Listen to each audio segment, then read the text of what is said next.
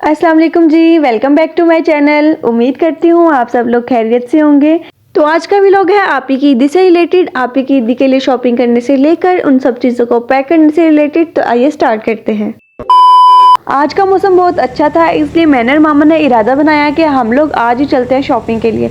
लेकिन as usual वही बात हुई कि हमें लेके जाने वाला कोई नहीं था, इसलिए हम लोगों ने खुद ही इरादा बनाया, हिम्मत पकड़ी और चले हम लोग रिक्शे पे ही। लेकिन इस बार मैं घर से मामा से कमिटमेंट करके निकली थी कि भाई राजा बस में नहीं बैठेगी, क्योंकि लास्ट टाइम ऐसा खतरों के खिलाड़ी वाला स्टंट हुआ था कि उसके बाद से मैंने इरादा कर लिया था कि भाई जो भी हो जाए आइंदा राजा बस में नहीं बैठूंगी। और इसी तरह बातें करते करते हम लोग आ गए अपनी डेस्टिनेशन पे और हम लोगों ने अपनी शॉपिंग स्टार्ट कर दी। और वही वाला सीन कि मामा शॉपिंग करने में बिजी है, मामा ड्रेसेस चूज करने में बिजी है और मैं बिजी हूँ शॉर्ट्स लेने में। लेकिन इस बार शुक्र है मुझे डांट नहीं पड़ी। खैर यहाँ से तो हमने शॉपिंग कर ली, लेकिन अब हमने जाना था मेन बाजार। लेकिन मेन बाजार में जाते जाते ही हमें इतना टाइम लग गया क्योंकि रश ही बहुत था। ईद आ रही है और सब लोग अपने अपने घरों से शॉपिंग के लिए निकले हुए हैं। इतना ज्यादा बाजार में रश था कि पाँव रखने की भी जगह नहीं। खैर करते कराते हम लोग दुकान पे आए गए जहाँ से हमने कपड़े लेने थे। मामा ने कपड़े वगैरह सिलेक्ट किए और मैंने बैठ के सुकून का सांस लिया। मामा के साथ शॉपिंग पे आने का यही एक नुकसान होता है कि मामा को जो चीज़ पसंद आ जाए फिर मामा ने उस दुकान पे जाना है और उस चीज़ को खरीदना है।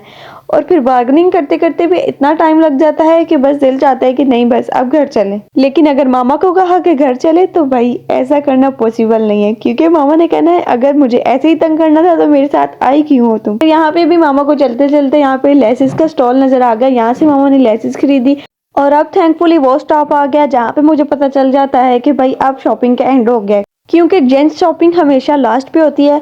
इनमें इतना टाइम नहीं लगता, ना इन पे लेसेस खरीदनी पड़ती है और ना इनके लिए कोई ड्रेसेस वगैरह खरीदने पड़ते हैं। खैर जेंट्स शॉपिंग भी हो गई। फिर मामा ने मुझे बताया कि भाई इतने खुश होने की जरूरत नहीं है, अभी शॉपिंग का एंड नहीं हुआ था।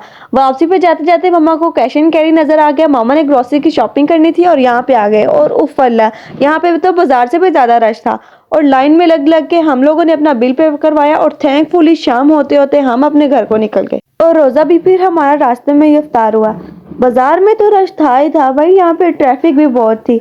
सब लोग अपने घरों को जा रहे थे और इतनी ज्यादा ट्रैफिक थी कि हम लोगों को ट्रैफिक से निकलते निकलते अंधेरा हो गया। हम यहाँ पे हमेशा से शॉपिंग करने आते हैं, लेकिन इतनी ज्यादा ट्रैफिक यहाँ पे मैंने पहली दफा देखी थी। इतनी लंबी कतार थी कि निकलते निकलते काफी टाइम लग गया। फिर शुक्र है रोड क्लियर हुआ, ट्रैफिक क्लियर हुई और यहाँ से हम लोग फिर जल्दी से ही अपने घर की तरफ निकल गए। घर आके फिर हम लोगों ने रोजा इफ्तार किया और उसके बाद मेरे पास काफी टास्क थे। मैंने अपनी प्लानिंग की हुई थी कि मैं घर जाते ही जो जो काम मैंने सोचे हुए हैं मैं उन सब कामों को कर लूँ, ताकि एक दिन में ही सारा काम खत्म हो जाए। यहाँ पे मैंने बनाना था मनी बुके और मेरी कज़न आई हुई थी, उसको अपने साथ लगाया और अपने काम पे हम लोग लग गए। 10-10 रुपीज़ के मैंने ज़्यादा से नोट इकट्ठे करके रखे हुए थे ताकि ये मैं जब बुके बनाऊँ और मुझे कोई भी मुश्किल ना हो। मैंने अपनी सारी चीज़ें पहले से ही तैयार करके रखी हुई थी। और ये मैंने स्टिक्स ली थी। स्टिक्स वैसे तो नहीं मिल रही थी, लेकिन ये जो होती है ना कुकिंग के लिए, डिफरेंट रेसिपीज़ बनाने के लिए ये स्टिक्स यूज़ होती हैं, तो ये घर में पड़ी हुई थी। मैंने सोचा चलो अच्छा ये मेरे काम आएंगी और मैं इन्हीं स्टिक्स को निकाल के ले आई। और यहाँ पे मेरी कज़न के पास आइडिया था कि आप इस तरह से हम नोट्स को ना कवर करके इस तरह इनको शेप बना के हम करते हैं। तो मैंने सोचा चलो अब अगर इसके पास आइडिया है तो हम इसी आइडिया को लेके चलते हैं। अदरवाइज़ मैंने कोई वीडियो या कुछ इस तरह की कोई चीज़ देखी नहीं हुई थी, बस वैसे ही एक कॉन्सेप्ट लिया था कि हाँ इस तरह से अगर हम बुके बनाए तो बन सकते हैं। देखने में तो मुझे पता नहीं इतना मुश्किल लग रहा है कि नहीं, वैसे बनाने में इसको बहुत हमें टाइम लगा, क्योंकि टेप लदा करनी और उसके बाद स्टिक्स पे लगाना और स्टिक्स को बाद में उनको राउंड करना, ये बहुत टफ टास्क था and it requires a lot of time. इतनी देर में हमारा बुके बनता है और आप वीडियो को एंजॉय करें।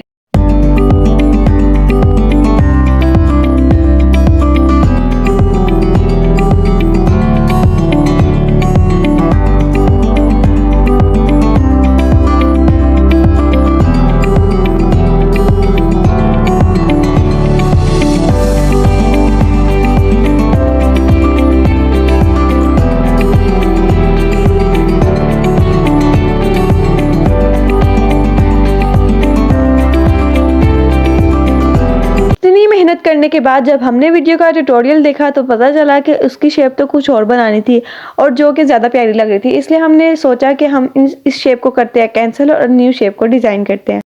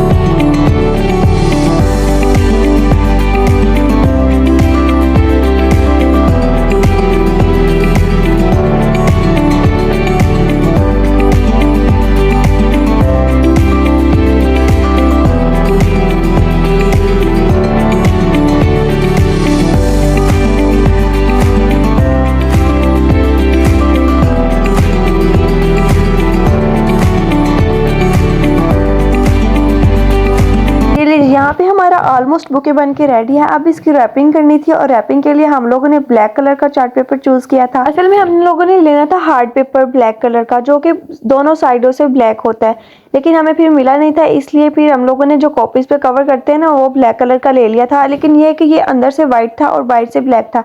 खैर काम तो चलाना था, इसलिए हमने इसी से काम चला लिया। इसको रैप करने के लिए हमें कोई आइडिया नहीं था, इसलिए हम लोगों ने वीडियो ट्यूटोरियल देखा, जहाँ पे उन लोगों ने कुछ इस तरीके से हम लोग को गाइड किया था कि पेपर को इक्वली 4 पीसेस में डिवाइड करना है, ताकि इजीली एक एक पीस करके हम उसको रैप कर सके। रैपिंग के लिए तो हमारा काम हो गया, हमने पीसेस को कट भी कर लिया, साइड पे कर लिया, लेकिन यहाँ पे हमें ख्याल आया कि ये जो स्टिक्स है जिस बॉक्स पे लगानी है वो कहाँ से लाएं। फिर दिमाग की बत्ती घुमाई और ऊपर जाके देखा, काफ़ी ज़्यादा ये बॉक्सेस पड़े हुए थे फोम वाले, तो इसको एक लेके आए और उस पर असेंबलिंग करनी शुरू कर दी।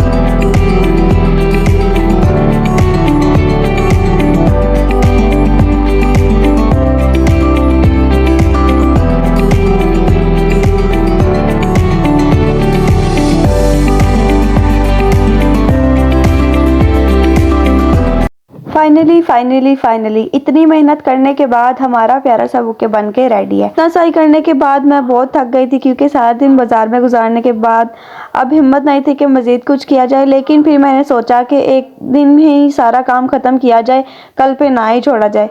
तो इसलिए अब बारी थी बनाने की बास्केट, तो इसके लिए भी जो सारी चीज़ें लाई हुई थी वो सारी सामने ला के रख दी, ताकि कोई चीज़ रह ना जाए और एक दफ़ा ही सारा काम ख़त्म हो। और ये प्यारा सा हैंडमेड ईद वाला भी बहुत मेरे लिए स्पेशल है। ये एक्चुअली मेरी कॉलेज टीचर ने मुझे इसमें ईदी दी थी और ये मैंने काफ़ी टाइम से संभाला हुआ था, इसलिए मैंने कहा चलो पड़ा हुआ है, इसको अब यूज़ करते हैं।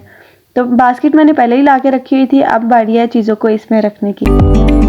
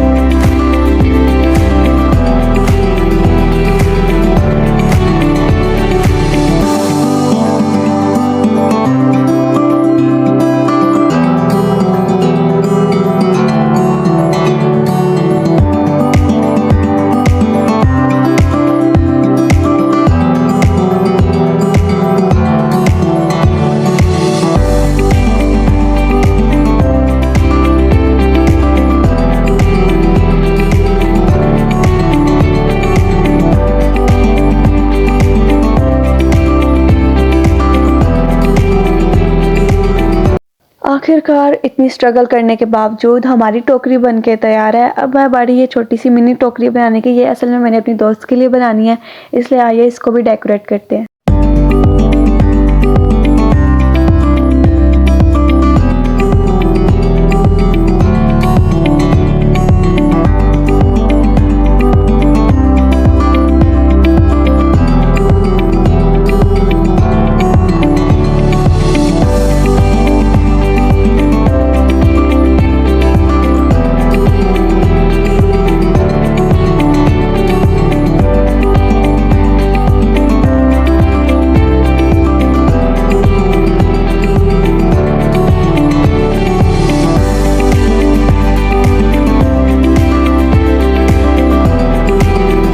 और यहाँ पे हमारी सेकंड बास्केट भी बन के रेडी है और हमारी दोनों बास्केट अच्छे से डेकोरेट हो चुकी हैं और हमारा काम भी आसानी से ख़त्म हो गया है। लेकिन इस वक्त रात के 1 बज रहे हैं और मैं अब यहाँ पे फ्री हुई हूँ और अब मेरी बस हो गई क्योंकि नींद से हालत ख़राब हो और ये ना ही मज़ीद बोला जा रहा है। अगर आपको मेरा व्लॉग अच्छा लगा और आप मज़ीद चाहते हैं मैं आपके साथ बाकी वीडियोज़ भी शेयर करूँ, मुझे कमेंट्स में ज़रूर बताइएगा। इस वीडियो को लाइक करें, कमेंट करें, शेयर करें। तब तक के लिए अल्लाह हाफिज़।